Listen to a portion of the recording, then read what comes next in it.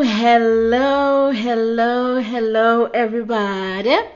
We are back again to our hashtag Holistic Health Initiative, baby. Boom, boom, boom, boom. And today we are going to talk about abundance skills, which is also known as financial literacy. And we have our best, our pizzazz, our one and only, our global fire, global impact, Colisile Hloniphile joining us today to take us through this topic, which is financial literacy. And also, while we wait for our guest, let me just show you guys my earrings. This is the July edition. It's a book and a coin inspired by King Somhlolo's vision. If you want to know more about King Somhlolo's vision, you can check out my TikTok account. Maybe once in a while I will talk about these things on my Beacon of Light craft account. And also, if you want to learn how to make these, or you want to buy yourself a pair, please do follow our Beacon of Light craft pages on all social media platforms, and then we will take it from there. And if you want to get them free of charge, you can comment on summary videos. Every last week of the month we summarize these videos whereby we just talk about what we learned and what not. So if you comment with the most compelling comment, then you may be a winner and win yourselves a pair of these July earrings, color of your choice. Brown rose, brown flower. Welcome, Sissy. I see you. Please request to join or just accept the invite. How come I can't invite you? Can you request to join? I don't know why I can't invite you, but I see you. Are you able to request to join?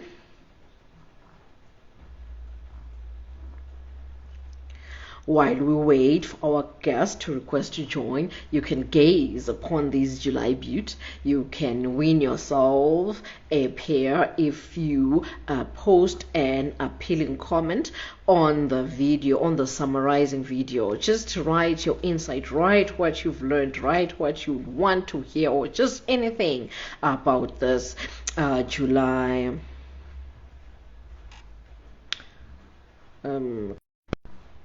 okay, let's try again. Okay, are you able to request to join, Koli?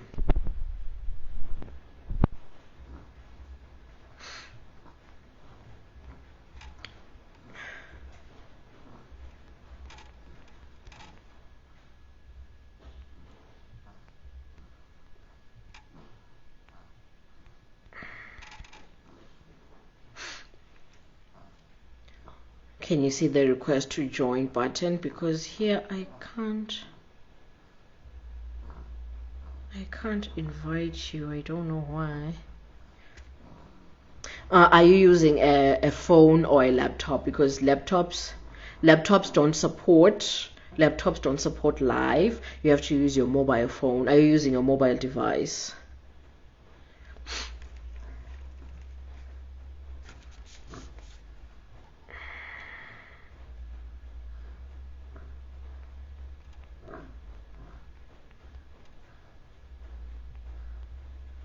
No. Use your mobile devices. Laptops don't support lives. I don't know why Instagram has to fix this. Can you be able to use your phone if possible?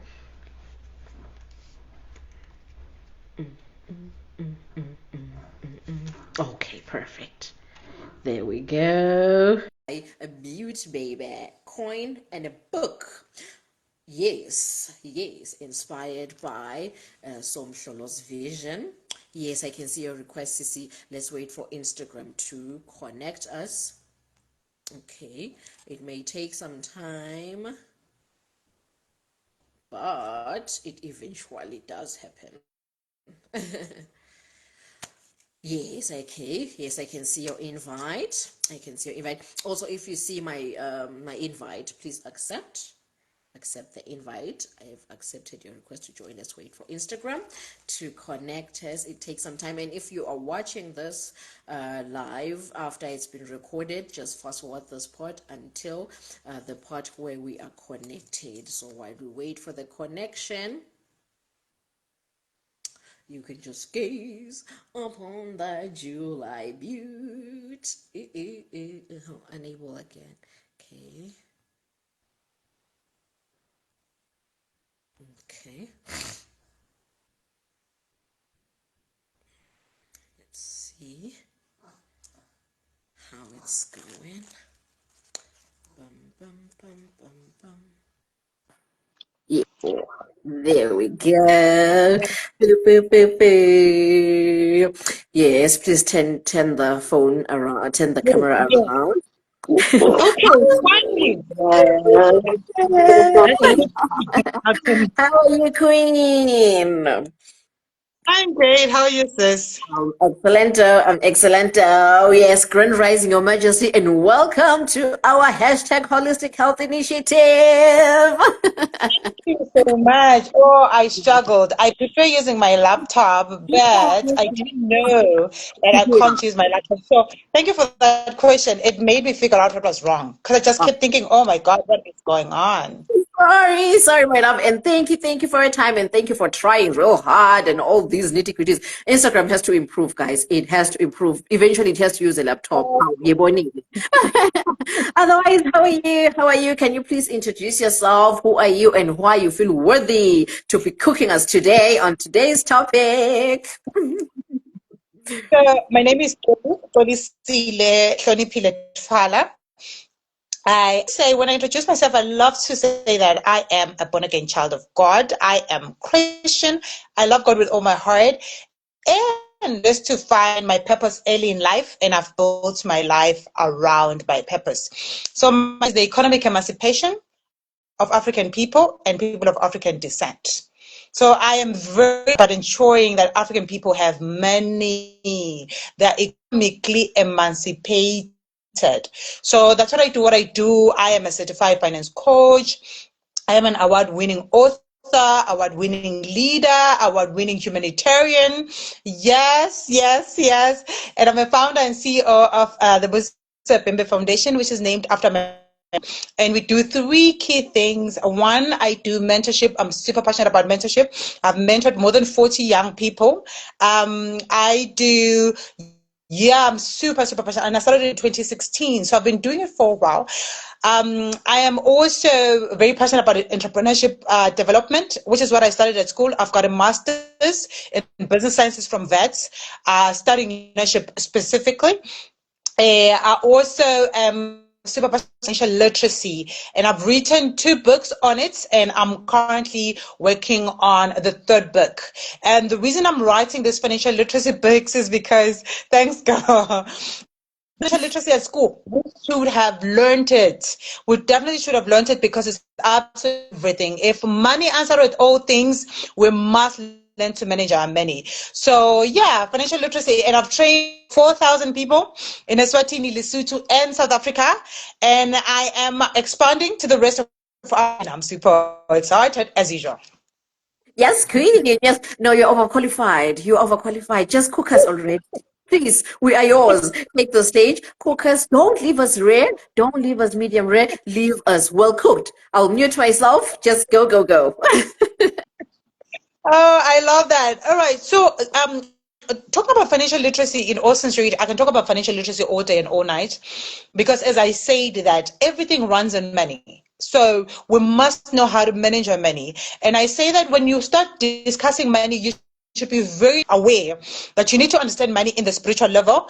I am clear that you've already who's come and is spoken about money, the spirituality of money. I haven't watched that clip. I'll just add a couple of things. If he's already mentioned it, it's even better. If your guest has already mentioned in there, but also the level, which is also absolutely critical, the psychology of money. Because unfortunately, or fortunately, Money is more behavioral than logical. So I always say to people when I train them, even if they forget anything I've taught them, they must never ever forget that money is not about logic. So that's why if you've made mistakes with money, don't beat yourself up.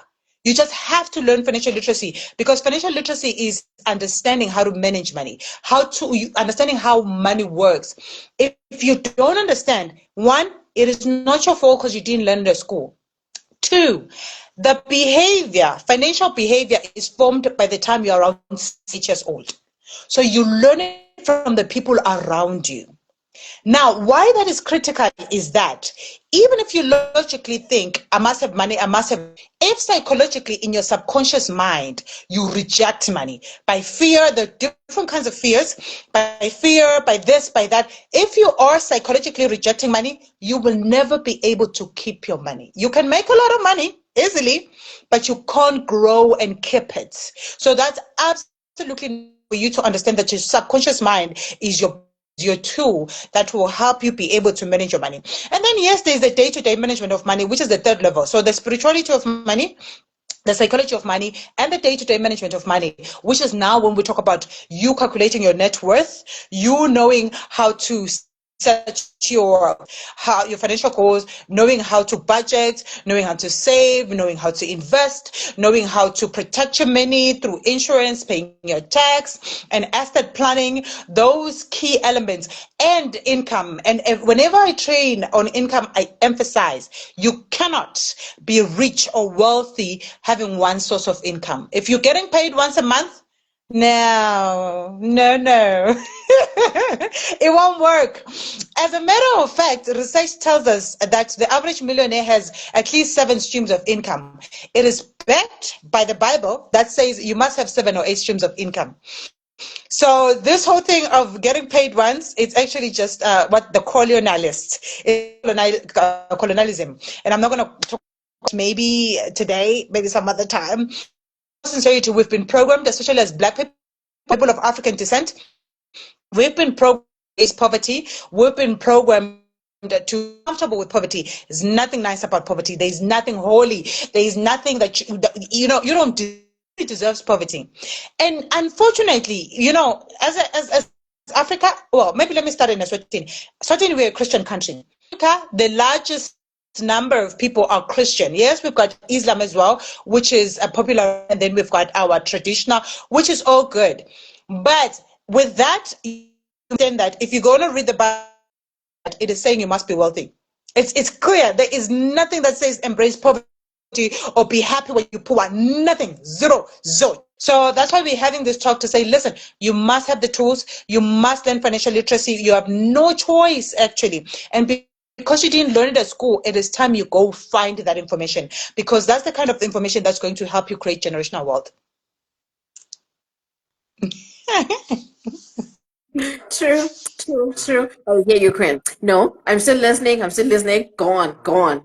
All right, that's fine. Maybe let me just get into the 3 different parts of literacy.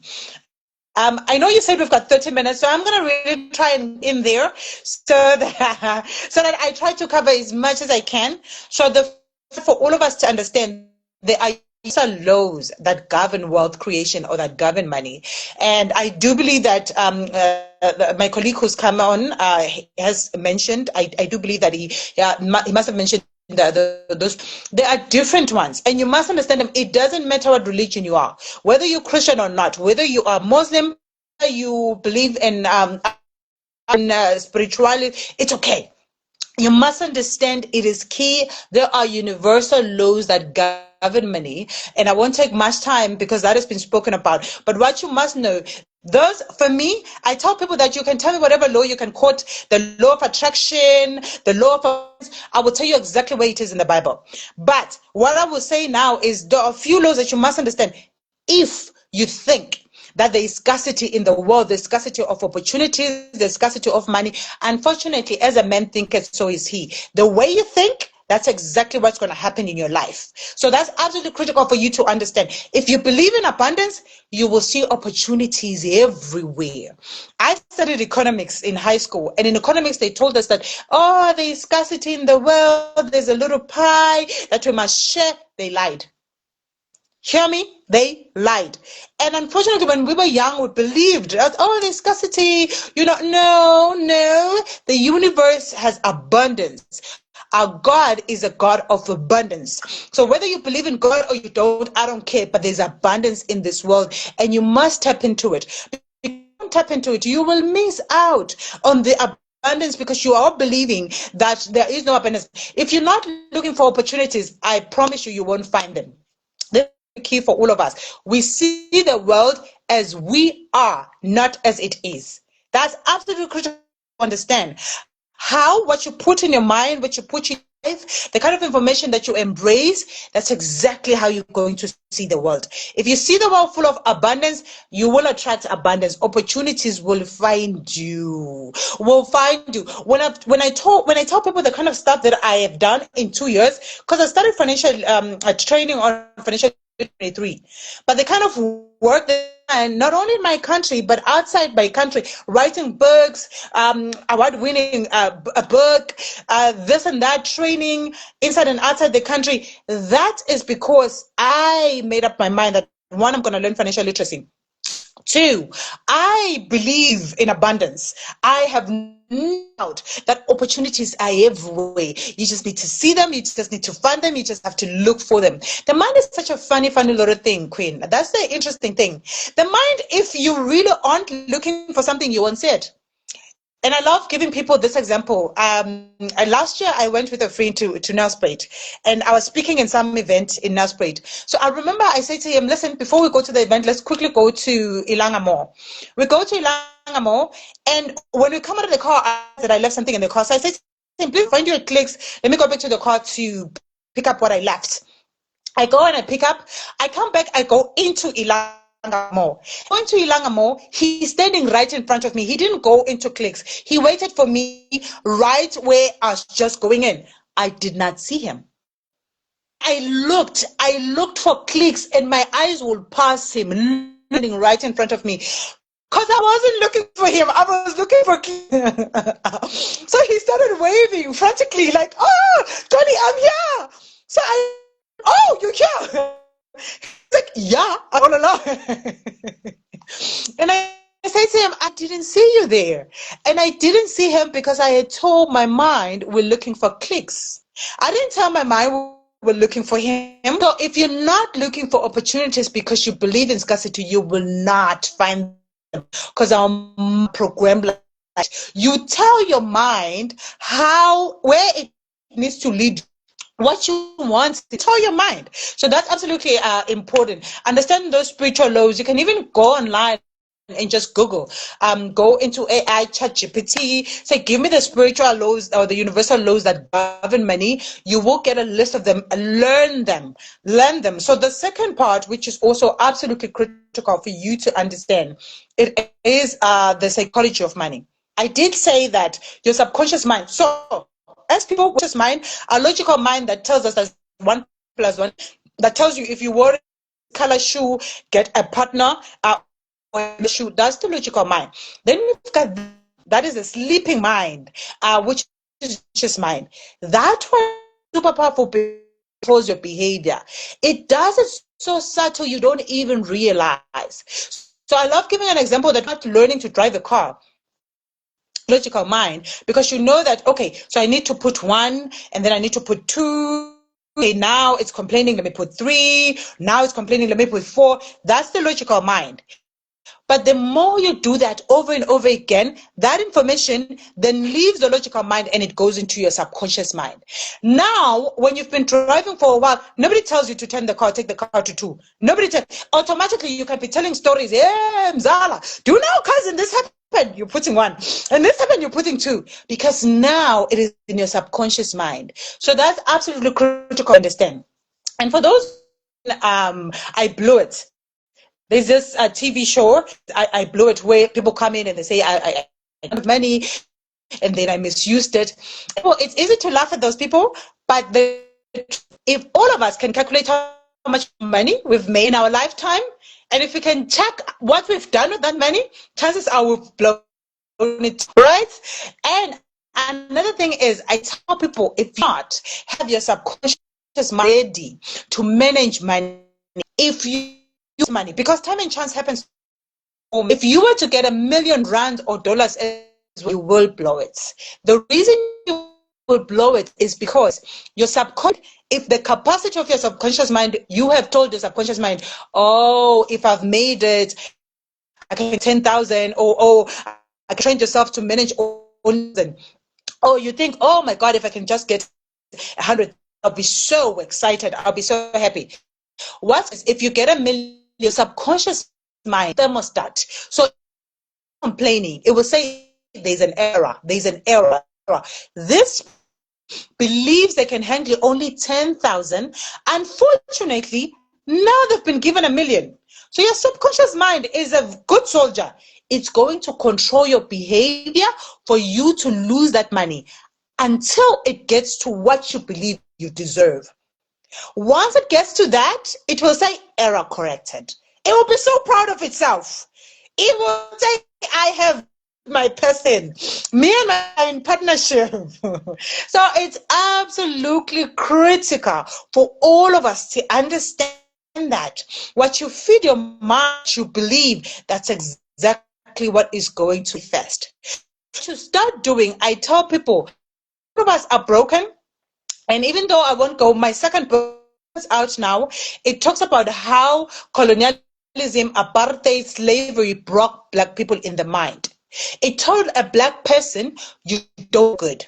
That's why, let me just say an example of apartheid. They were taken into took their land, they took them into a certain place, location. They say, you stay here in a place where you can't even maybe plow, and and they tell you, you can go into these spaces, you can't go into these spaces. In your mind, even though a lot of us didn't pay attention to that, you were being programmed to believe you deserve lesser than.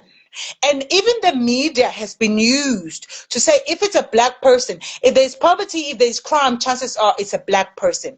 That thing, it tells your mind, because they over and over again, if you're exposed to a certain type of information over and over again, the subconscious mind doesn't know what has happened and what has not. It doesn't know what is true and what is not. So what it gets told over and over again, it starts believing it. So then it starts controlling you to manifest that which you've been told over and over again. So a lot of us are broken in the mind. We do not believe we are worthy to be wealthy. We do not, because we can't wrap our minds around wealth. We don't know what to do with wealth because we grow up in poverty. The sad thing about that, until you heal that brokenness in the mind, you will keep going around in circles. Because the mind will just keep saying, oh, but you don't deserve wealth. And I remember I was doing this talk in Nelspruit, Mbombela. And this lady says to me, Koli, do you know the funny thing is, I was just talking to my friends from Elokshin. And we were told, Elokshin, because we will normally know if somebody is, they have a business or whatever, it will be said, they've got a snake. So because of that, imagine, I said your behavior, financial behavior is formed by the time you're 7 or 8 years old. Imagine you're a little child. You're trying to play with other kids. And they say to you, we can't play with you because nina nyoga. At your house, you've got a snake. You experience rejection. Now, as human beings, we want to belong. It is our nature. What that will do, it will tell the child in their mind that I shouldn't be worthy. I shouldn't have business for me to be embraced and accepted. You might not realize it, but as you grow, you will gravitate towards rejecting wealth. I realize it even in my own life because I grew up in the church. And you know the verses, there's this particular verse where this young ruler goes to Jesus and Jesus says, hey, if you want to follow me, go sell everything you've got, follow me. And then he says, it is hard for a wealthy person to enter heaven, easier for a camel to go through the eye of a needle. that verse messed me up big time because I didn't I didn't realize it. But then subconsciously I started rejecting wealth because I thought, but I want to go into heaven. But if I become rich, it then makes it hard for me to go into heaven. But what we don't realize is that verse goes on to say, it is hard with men, but it is not impossible with God. What is impossible with men is impossible. It's possible with God. That verse actually tells you, as long as you depend on me, you will be able to do whatever you want to do. So the funny thing is, when you then learn about colonialism, you realize that even religion was used to program us. Religion at its purest, or Christianity at its purest, is beautiful, but it was manipulated because a lot of missionaries were told, go highlight the negative verses, so they will leave wealth alone. I tell people this, that we must understand that apartheid, colonialism, slavery was all about the money. The politics were just a means of protecting the money. It was all about the money. So even now, I say to people, so you think we got independence? Okay, fine. Let's just make an example of South Africa. How much of the economy is in the hands of the black people? It's still in the hands of the white. So we really never got anything, because it was all about keeping the world. So even now, we are exporting raw material and importing value-added items that cost us 10 times, 100 times, 1,000 times more than they took our raw materials, did value addition, they're selling it back to us. How are we ever going to be wealthy? How? And in the book, even this latest book, I talk about even the structure of the economy in Africa, the way they are structured. They were structured during colonialism and all that. And because we never change them, we will never achieve your SDGs, your sustainable development goals, because they were never set up for us. Because as soon as we become wealthy, we will stop depending on them. Then they will stop exploiting us.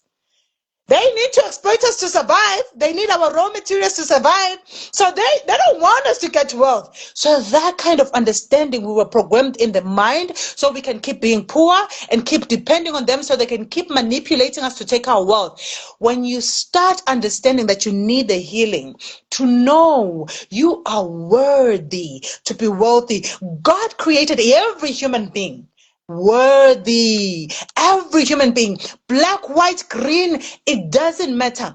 And once you take back your power, even as a black person, to say, listen, I'm going to be a billionaire. When people are saying, oh, there are no opportunities, it's a lie that there are no opportunities in Africa. Come on. Why are they here if there are no opportunities? But a lot of us Africans are not benefiting from our opportunities because we believe a lie that there are no opportunities. We believe a lie.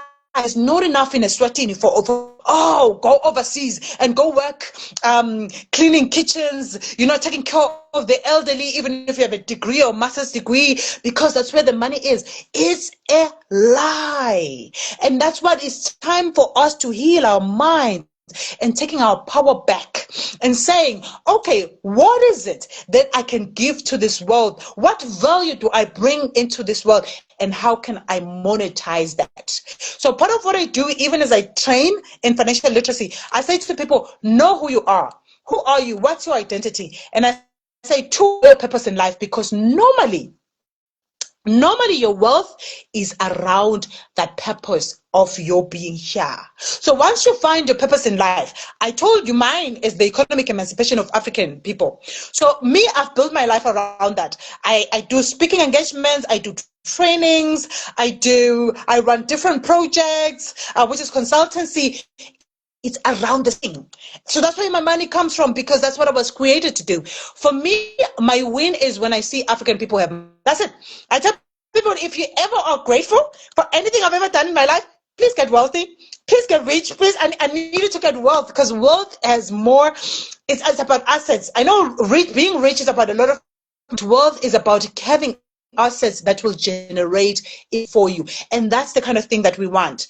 Every time I do trainings, I normally ask people, in South Africa, I normally ask people, how many of you have actually inherited from your grandparents? Not your parents, from your grandparents. Because it is said a good man leaves wealth for his children's children, not just his children. It talks about generational wealth. Every time it's always less than 3% who say I've inherited from my grandparents. There is a problem. It's because we were broken in the mind and we need that healing in the mind to take our power back. I say to us, that is so key, because your mind will control what you become, who you become, how you see the world. So if you're broken in the mind and you never heal, it is so hard for you to actually create wealth. It is so hard for you to have financial freedom. Financial freedom is when you have enough assets that are giving you money. You don't really have to work. Your money is working for you. And we need to get to a point where I only work because I want to. A lot of us go to work even when we hate our jobs. Because we were told, oh, get one job, don't lose that job. No, it was a means to control you and make sure you remain begging. Ubas, say, sorry, say, I apologize. Oh, we gotta change that. 7 streams of income. And I've heard people say, oh, but Koli, how do I do 7 streams of income? Right. That financial discipline, once you've got financial literacy, it's fine. You start that, you know what, and that maybe I'll speak a little bit more about it when I speak about the day-to-day management of money, because now with the psychology. But the first thing is for you to understand, I need more. I need more, and I need to leave generational wealth. And once you start channeling that, you then plan in your finances, so you are able to actually then start getting more, because until you become intentional about getting more, you will not get more. It won't fall from the sky. You have to be intentional to say, listen, I deserve more, my children deserve more, my grandchildren deserve more, so I'm going to make sure I'm going out to get more. And that's exactly what you're going to get. You're going to get more. So maybe just before I leave this area of the psychology of money, so when we were programmed, there are 3 main areas that were used to divide and conquer us. And those main areas, and maybe I'll start with this one, because I've heard people over and over again, a black person is envious. And I say to people, you must understand, we do not default into being envious. Why? Because black people are a communal people. We were told a child is raised by a community. The reason a child was raised by a community is because we were always communal and looking out for each other. Now the problem is, when they came to do the colonialism, the apartheid, they knew they cannot exploit us until we are divided. So what do? Even with slavery also, what do? They program us to divide and conquer. So the tool that has been used against black people since the beginning of time, and even now, it is divide and conquer. There's a book that says The Making of a Slave. And in The Making of a Slave, they actually document how we were programmed. So one, envy was used for us to then start hating on each other and being divided. So now you start looking, oh, how come she's making more money than me? You start being envious. It was a tool to divide and conquer. 2, fear. A lot of black people I know have fear. They are scared. And if you sit down and ask a person, what are you scared of? They don't know. They're just scared. If you, I have heard people, and I've spoken to people at workplaces, and I say to a person, if you're not happy in your job, why don't you leave your job? They just feel, oh, where should I go? And I say, what do you mean, where should you go? You've got skills, you've got gifts, you've got talents. Why don't you use those talents to make money? Because of the programming, there is fear. We are terrified of trying something new.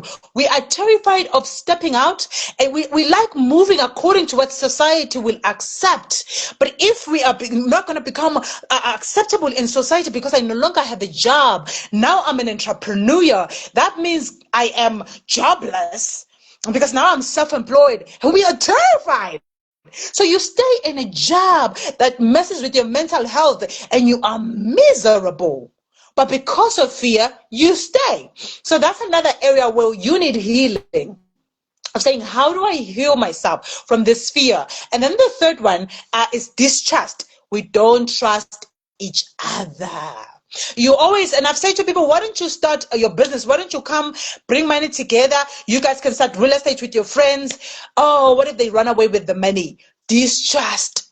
And unfortunately, all these big businesses, or ShopRite, or what, a lot of them were started by a group of people coming together, bringing their money together, and starting, and then they grew. So with a lot of us black people, we struggle to go together, collaborate. We're always thinking competition, which is divide and conquer. So we are busy fighting each other when actually our enemy is outside of us. We are not each other's enemies. We are supposed to have each other's back because we've got a bigger enemy that wants to steal our wealth. When we've got so much wealth, we've got a third of the world's natural resources in Africa, yet we are the poorest continent in the world.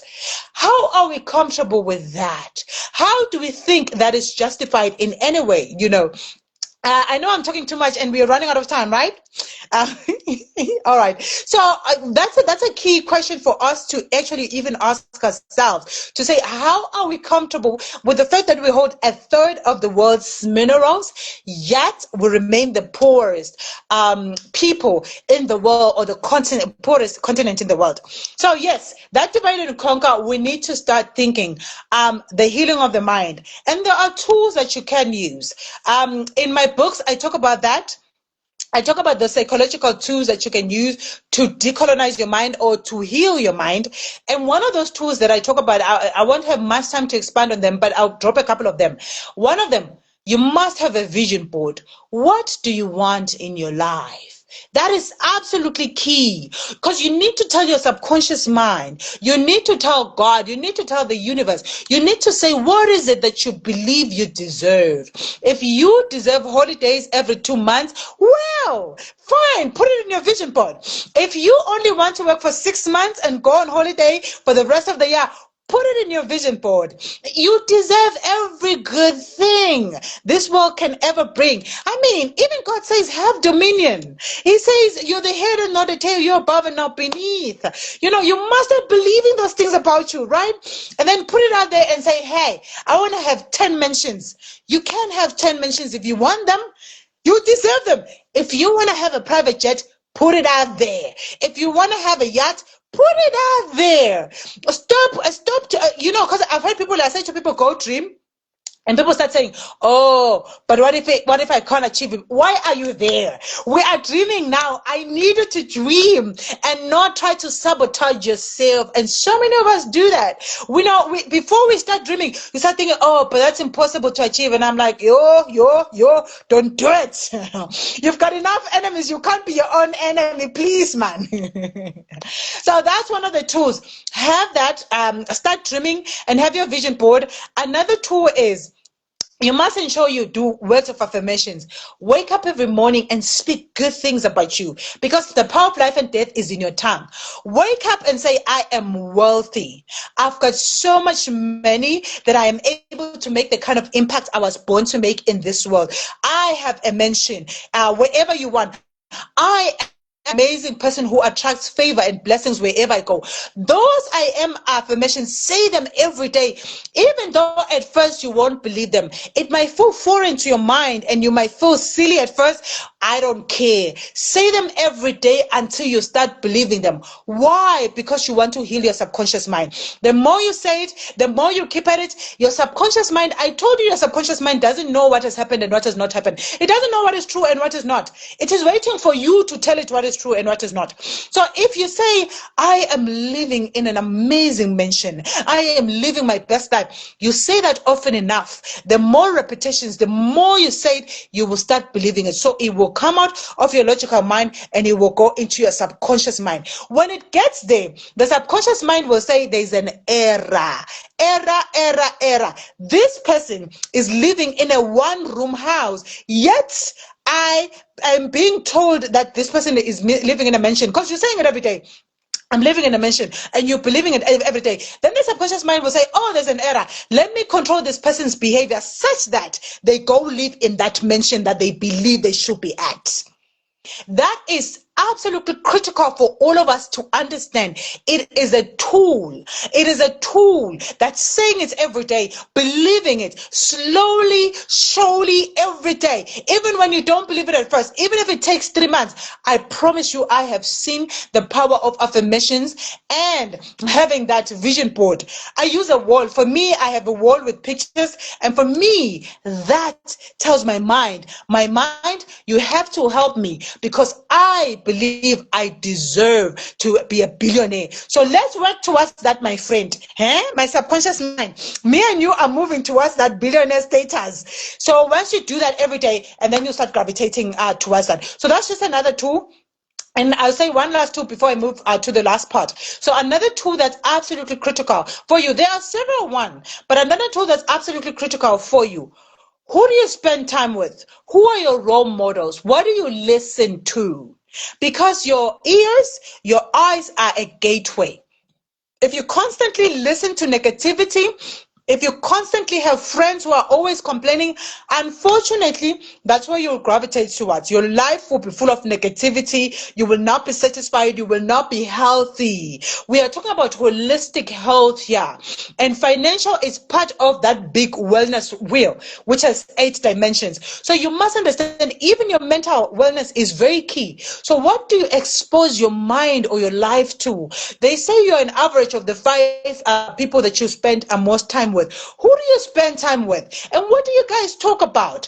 If you spend time with people who are going to talk about wrong in this world all the time without bringing solution, you will be a negative person who will attract negativity into your life. But if you spend time with friends who are constantly thinking, how can we make more wealth? How can we attract more, how can we attract abundance, more opportunities? How can we make a difference in this world? If you spend time listening to podcasts of millionaires and billionaires, and that's what I normally spend time doing. For me, how do I make more money? It's important, right? It's absolutely critical for you to constantly think, okay, how do I make a difference in this world? How do I help others? How do I make more money? So the more you do that, it is the more you will gravitate towards that. So it's absolutely critical for all of us. So that's just another tool. And for that, that's the psychology part of it. So me talking about you must be aware of how powerful it is, and then you must be aware that a lot of us are broken in the mind and we need healing, and those are just some of the tools that you can use to get your healing. And then the last part that I want to address, it is the day-to-day management of money, which is also absolutely critical. Besides the spiritual laws, besides the psychology of money, the day-to-day management of money, you must understand. The first thing that I tell people is that there are 5 key areas that you must know and understand when it comes to management of money. The first one is your income. How much money do you make and how can you increase your income? I've spoken about at least 7 streams of income, and I've heard people say, oh, but how do I have 7 streams of income? That's a lot. And I say to them, it's not as bad. If you are working, one of the things that you can do, set up your finances in such a way that you are able to save or invest 10 to 20% of your money at the very least. Okay, let's just say 20% at the very least. Personally, I believe because a lot of us are coming into this information later in life and we didn't start early. If you can invest 50% of your money, that will be awesome. Why? Because if you invest 50% of your money, especially in income generating assets, you start making money whilst you are asleep. We call it passive income. And passive income is the kind of money where your money is working for you. For example, you take your money and you invest it in government bonds. So government bonds, whether you in and out of the country, let's take, for example, in Eswatini, government bonds, you must have at least 10,000. I know in Lesotho is also the same. You must have at least 10,000 to invest in government bonds, and that is managed by the Central Bank of Eswatini. So government bonds is basically when you are borrowing government money. You're giving government money to do whatever it needs to do. But because you have become a bank of the government has to pay you interest. Just like when we borrow money from the bank, we pay interest to the bank. So the government has to pay you money interest. The government pays that money every 6 months. So the government will ask you, you're borrowing me this money. How long can I keep that loan? You tell the government, all right, I want you to keep it for 3 years, or 6 years, or hold on, let me just remember. It was 3 years, it was 7, I think.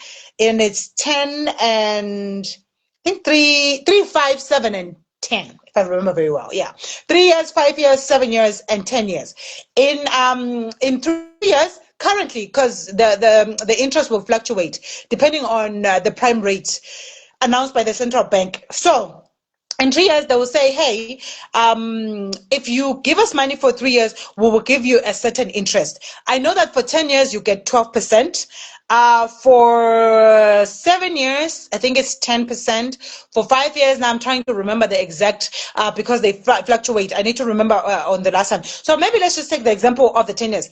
The longer they keep your money, the longer the higher the interest that they give you. So if they say, hey, give me 10,000, and in the 10,000, if we keep it for 10 years, every 6 months, per annum, we give you 12% per annum. It means every half an annum, which is 6 months, we give you 6%, right? So then they'll give you 6% of your 1,000. I think it's 600, if I'm not mistaken, if I'm counting correctly. Yes, if you've given them 10,000. So now you've got 600 that is coming every 6 months without you doing anything, because the money is on their side, right? After 10 years, they give you back your money. You can decide if you want to give them the money again, or some of us can even afford to save 100,000, and you can give them 100,000. That means you get 6,000 every 6 months. And if you've got 1 million, all the best.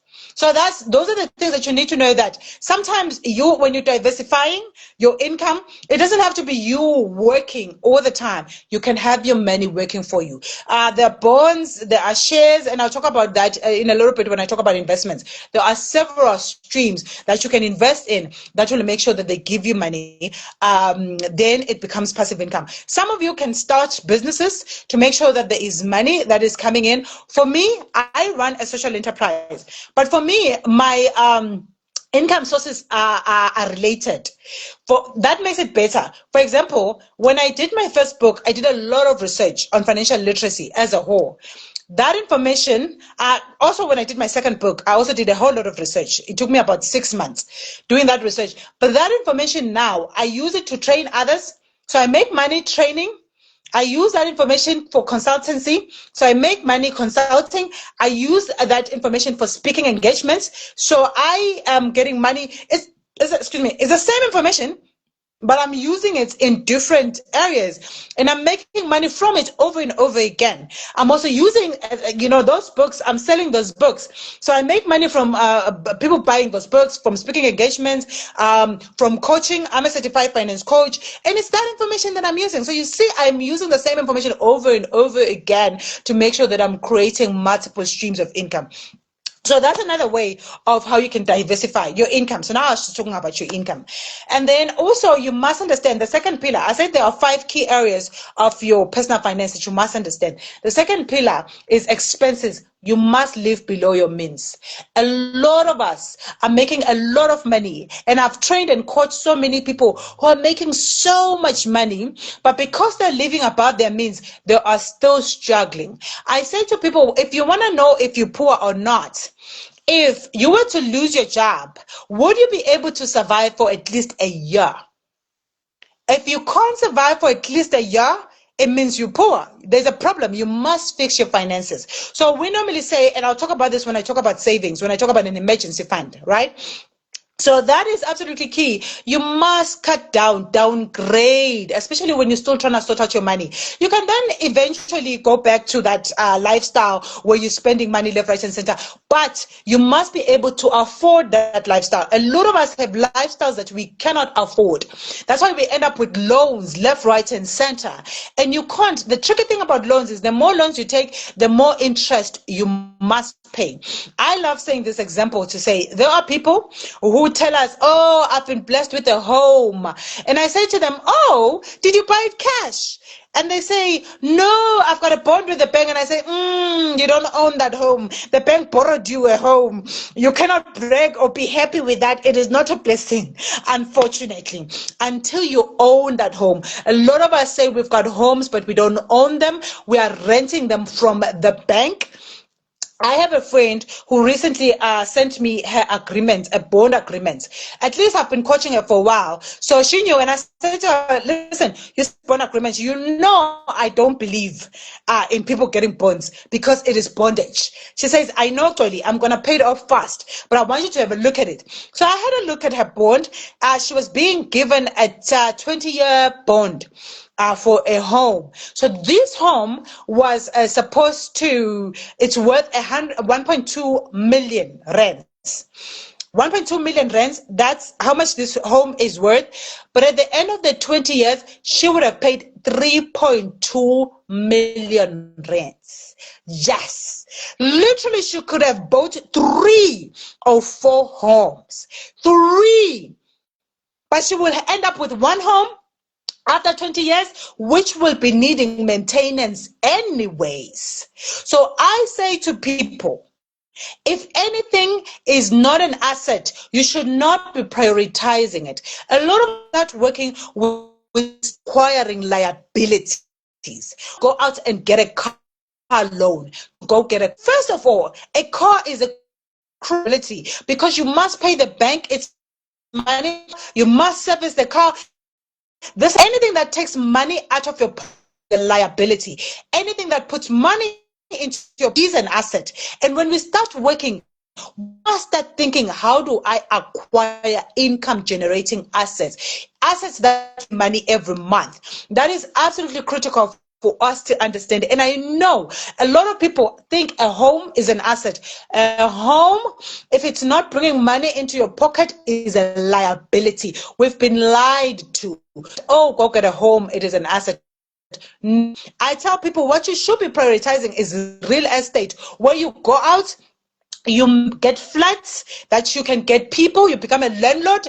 When people start giving you that money as a landlord, then you can build your home. That's money, that profits that you're making. But don't take the money. I call it you eat. Don't eat your seed. Take it, whether it's you're getting money from you're getting money because it's a seed. You're supposed to make sure you plant it so that it gives you more fruits. Instead of taking that seed, that money that you're getting paid every your salary, instead of taking it and going to buy a car, whatever, take that seed, go do real estate, start a house, even if it's a 1 room or 1 bedroom, start that, build it from pocket.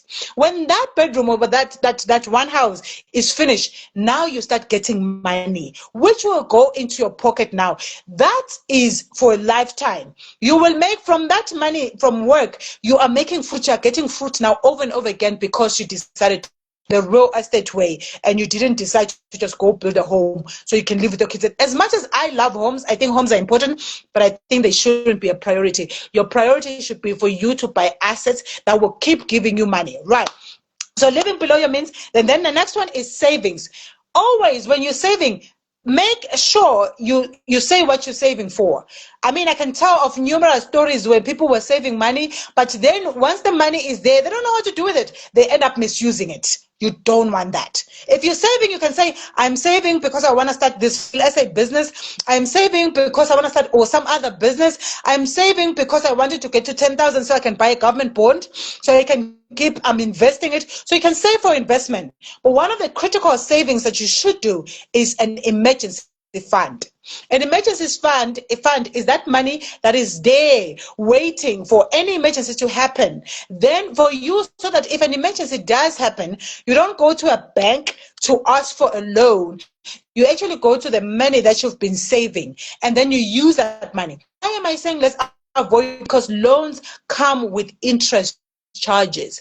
And if you look at personal loans, that kind of interest charge that they come with is ridiculous. It actually makes us poor, right? So that's absolutely important. Having an emergency fund should be at least 3 months of expenses, to a year of your expenses. So if you use 10,000 per month, you must have at least 30,000 waiting for an emergency, up to 120,000 waiting for emergency. I mean, when I do the trainings, then I say where you can put that money in a way where it can start making an interest for you whilst you are still, whilst you're still waiting for an emergency. And then another point, which is another pillar of personal finance, it is investments. You must make sure, you must make sure that you've got investments. Now, investing is critical for you when investing too. Don't invest before you understand investing. Go learn about investments. I've made most of my money mistakes in investments because I will go in blindly and I will be, oh my God, I take risks. I mean, I'm a high risk person and I've lost some serious money. If you're going to take risks, understand investing, because your portfolio should always have, you can have high risk, high income, but also have low risk and low income. So it's critical for you to understand the different instruments that you can use for investing. I've spoken about bonds. There are also treasury bills. Treasury bills are related to bonds because that's when you are also borrowing government. It's just that treasury bills are short term, 3 months, 6 months, 9 months, a year, the short term. So if you have some money that you need to quickly hide somewhere, you need a bit of interest, you're going to use it after 3 months, you can buy a treasury bill. After 3 months, you get that money back and it will come back with some interest. Right. So bonds, I've spoken about them. They're more long term. You're 3 years, 5 years, 7 years, 10 years, depending on the country that you are in. They will tell you, government will tell you how many years. So I'm speaking about government bonds, but I also know that companies also have bonds, so you can get a company bonds. The difference you must understand is government bond risk compared to company bonds, because company bonds, even though also low risk, but not risk as government, because the company can also go out. If that company goes bankrupt, you might lose your money. So that's where the risk comes into, right?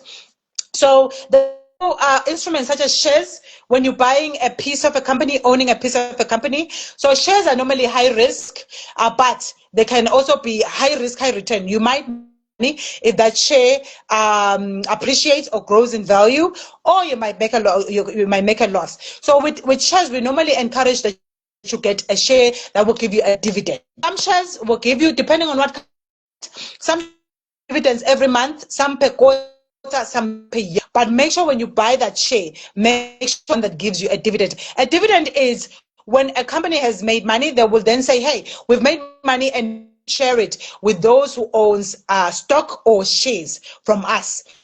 Then they will say, hey, how much of the shares do you own of this company? Because we're giving you, we are sharing the profit, you're getting this amount of money. So that's what we call a dividend, right?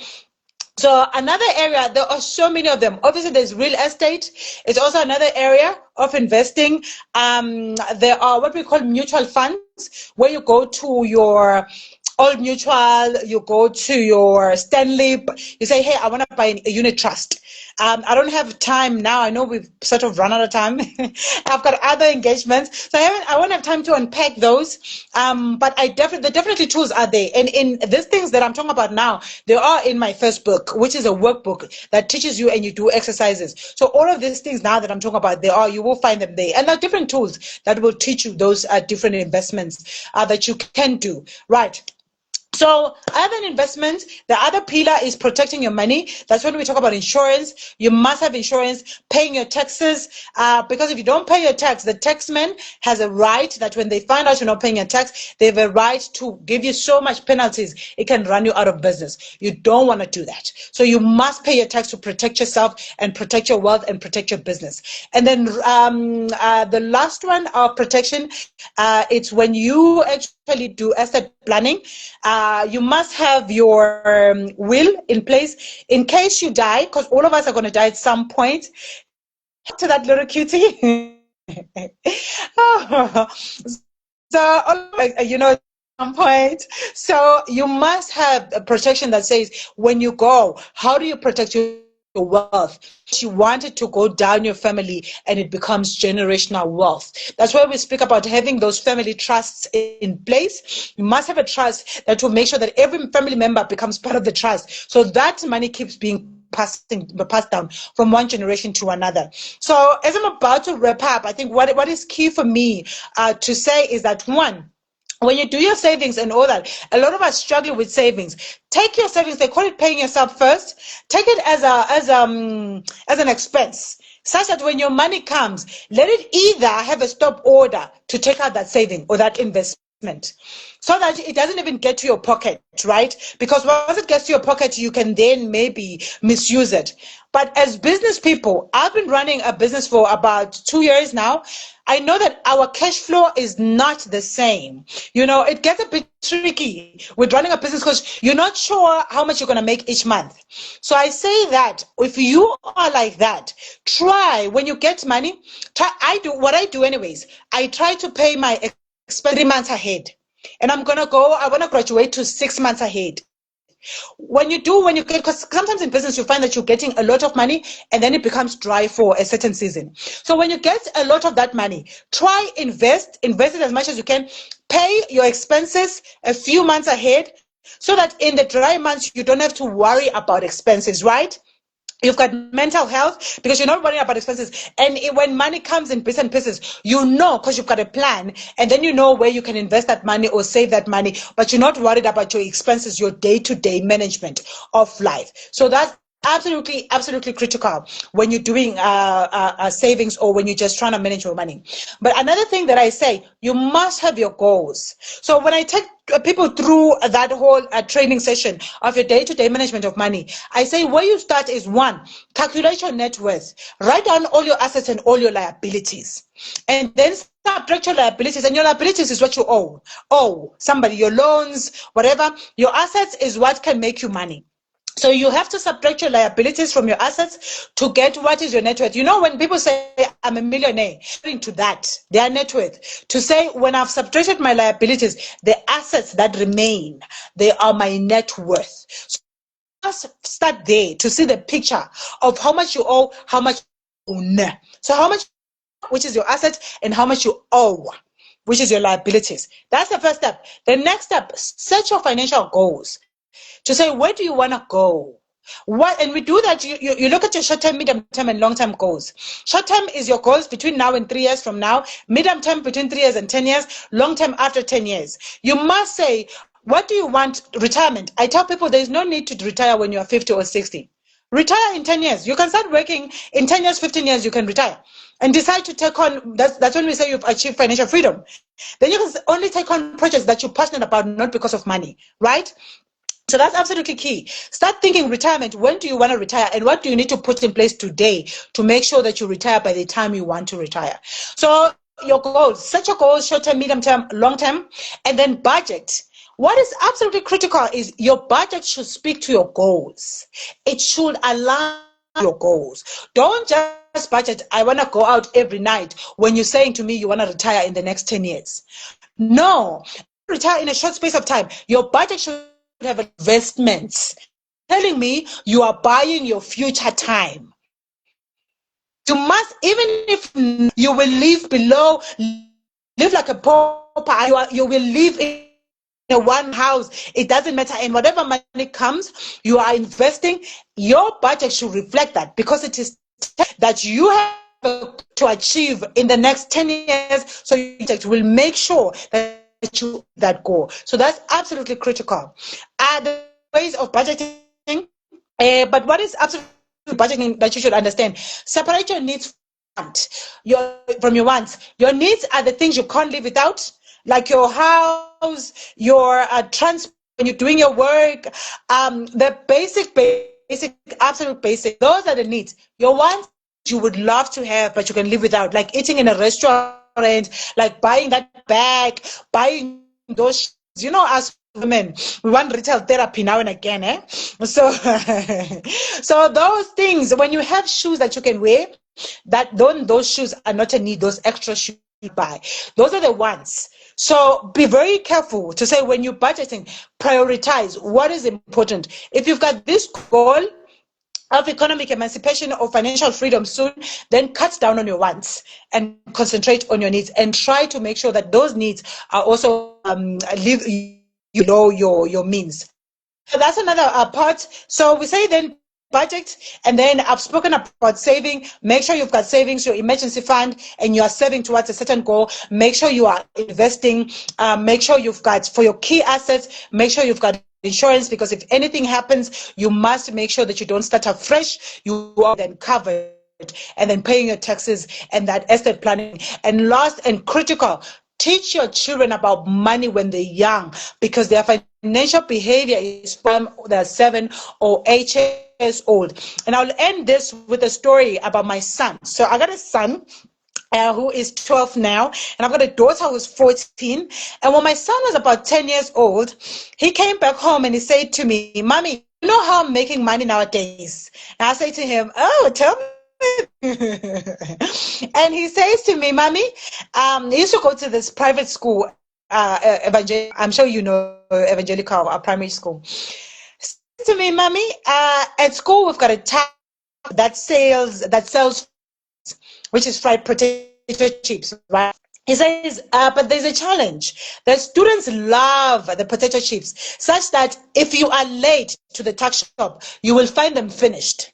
So he says to me, "Mommy, you know I'm an athlete. I run for the school." So I came up with a solution. My solution is, when the bell rings for break, I run and I stand in the tuck shop.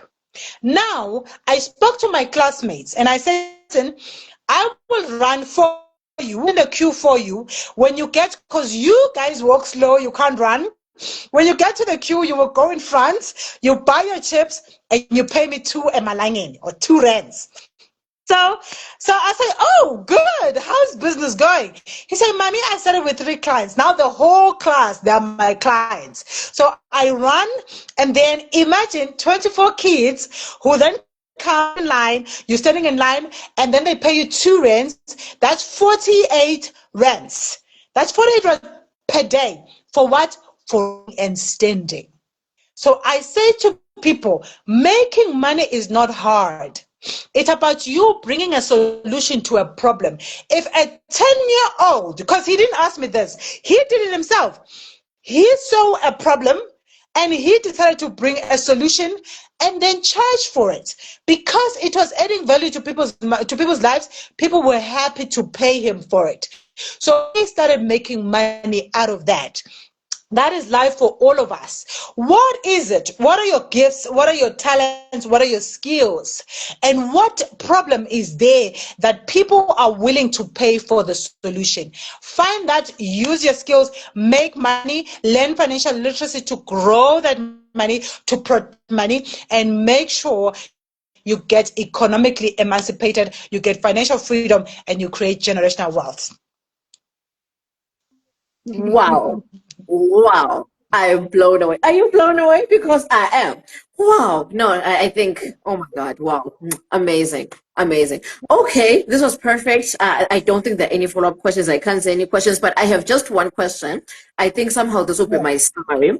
Okay. Let's take an example here. There's this person who does these affirmations, and let's make it a girl. Her subconscious mind has done this error thing. It's trying now to align her with her manifestations, right? So okay, this person now is doing, maybe she's doing jewelry. Let's make jewelry, for example. She does jewelry, but then she doesn't have the market or the connections or whatever you, and she realizes that she has to go out there to market this thing, but then marketing is not her strong point. Let's make that an example. Now she needs somebody who will be her marketer, but then that needs money that she doesn't have yet. You see, it's just a vicious cycle. So what can you say about that person? Yeah. I like that. And, you know, that's very, very practical. So what I have done, I love giving examples of things that I've done. So one of the things, even as an author, is that you must be able to market your book and market the work that you do. So what I did is, I'm constantly acquiring different skills anyways. I love learning new things constantly. So I found this digital masters online that is because as you're saying, a lot of us, when you're still starting off, you don't have the money to, leverage on all those. So I'm going to talk about 2 main examples. One of it is you can upskill yourself, but the other is a barter system. maybe let me start with the butter system one, because it's a low hanging fruit. So what you do is, when you connect with people, find out what is it that they want that you can give them. Let me say you find a marketer. So I remember there's this friend of mine who stays in Nelspruit. She says to me, she posts in her WhatsApp, she says, listen, I'm looking for a life coach. I had one, but I'm looking for a black one this time who will understand our lived experiences. I'm a life coach. I just choose to concentrate in finance coaching, but I'm a life coach. So I sent her. So what she does a lot of things, but one of the things that she does is she markets authors. She has a bookstore. She's got platforms that market authors outside the country, in South Africa. So I said to her, listen, I'm a life coach. I can coach you for free. In return, you market my books. So she says, okay, we can do that. Let's barter.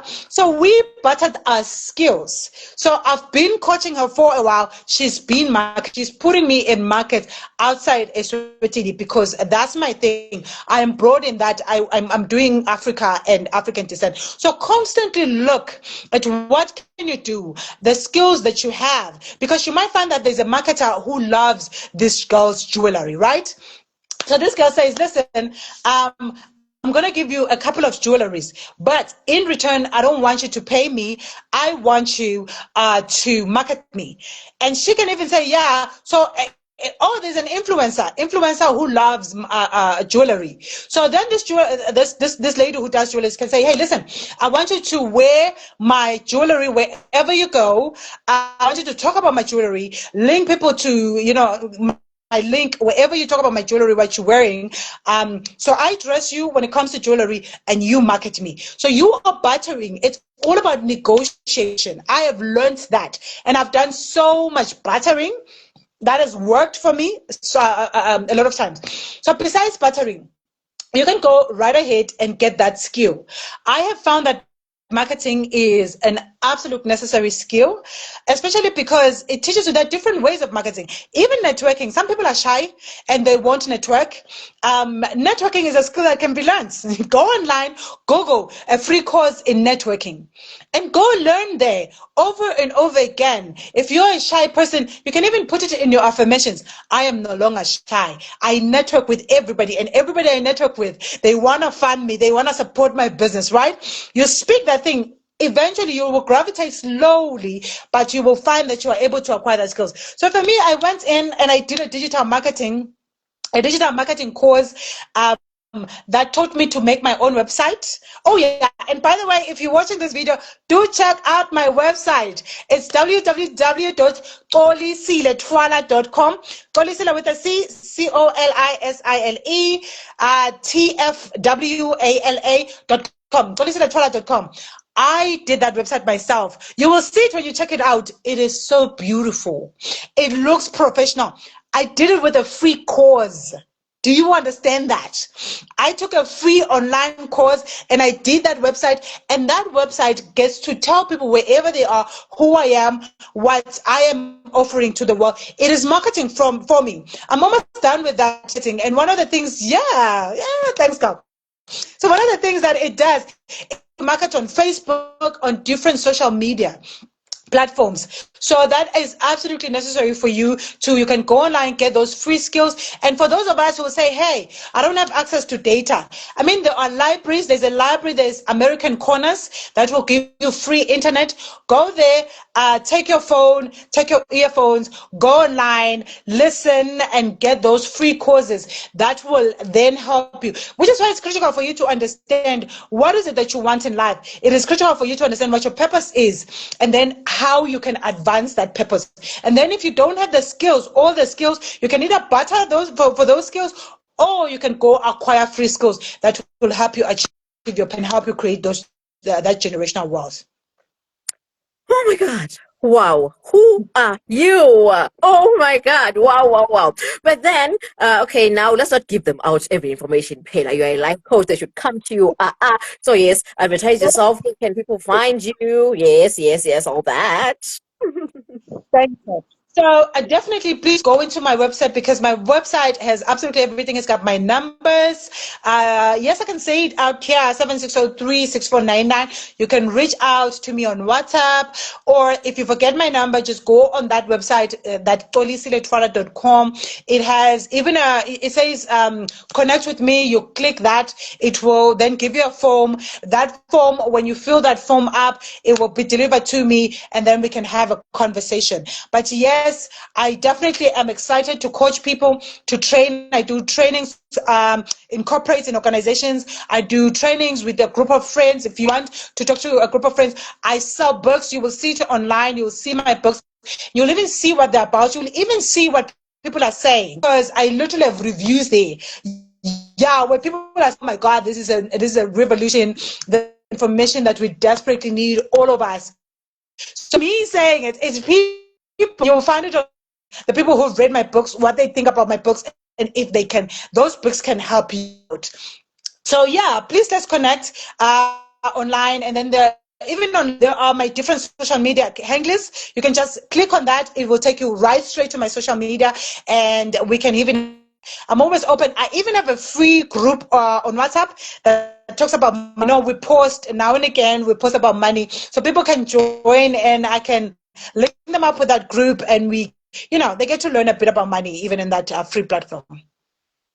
Oh my, this girl is a powerhouse. I'm blown away. I think anybody who didn't get that, you'll get it in the description of this video. I'll post it in the description of this video so they can see it there. But then from me, I'm like, wow, I can't even summarize this because it's just summary itself. Oh my. Connie, thank you, Sissy. Thank you for being there. And from me, it's bye-bye. Connie, anything you want to add, or it's just bye-bye? Yeah, I mean, one last thing. Guys, you are worthy to be wealthy. Go out there, take your power back, and make that money. Bye, everyone. Bye. Thank you. Bye-bye.